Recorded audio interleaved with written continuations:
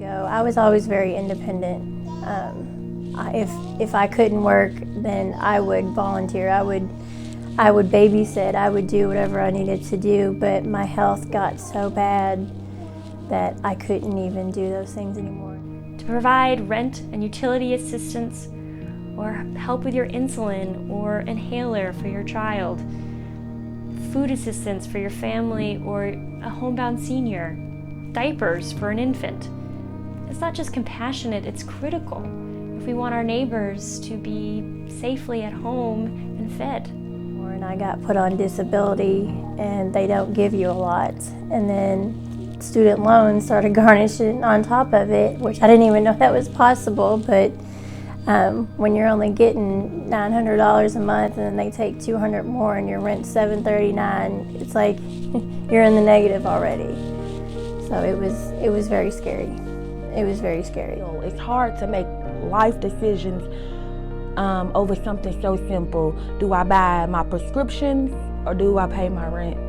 Do I buy diapers or do I have gas? We talked about what was going to happen to me and how I was going to lose my leg, and you all offered a program for women that was struggling like me to be able to help, pay my electric, portions of it, and that was one thing I did not have to worry about in the hospital for 2.5 months.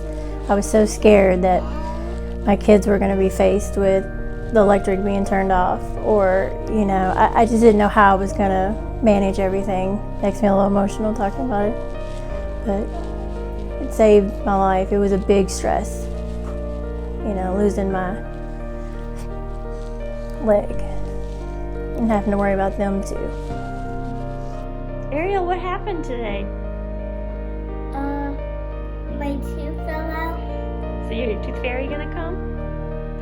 Tonight. I wanted to be able to get on my feet, get a home for my children, because where I was living was a small 2-bedroom apartment and it was very cramped. And the house we've been in for several weeks now, my children are happier than they've ever been in their whole life.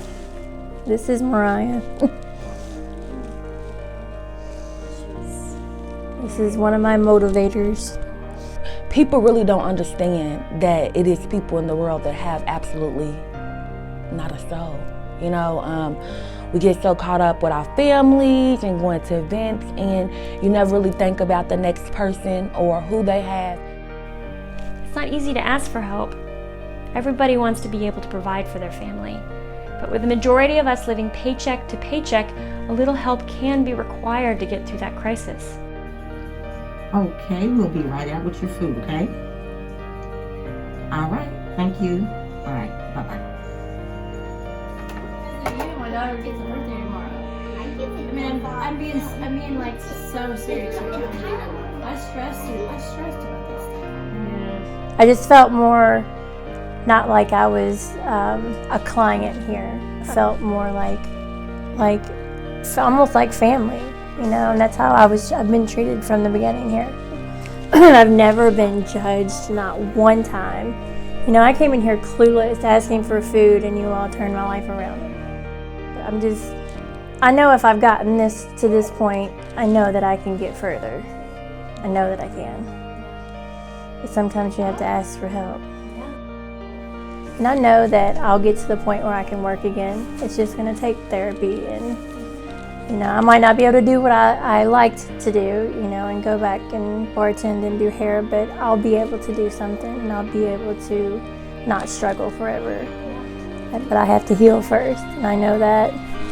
Let's not eat that. I think she thought it was food. Every single person is worth all of our efforts combined. We are families helping families because there will always be someone who needs a little help, and there will always be helpers. This is what love looks like, a beautiful, abundant circle of care.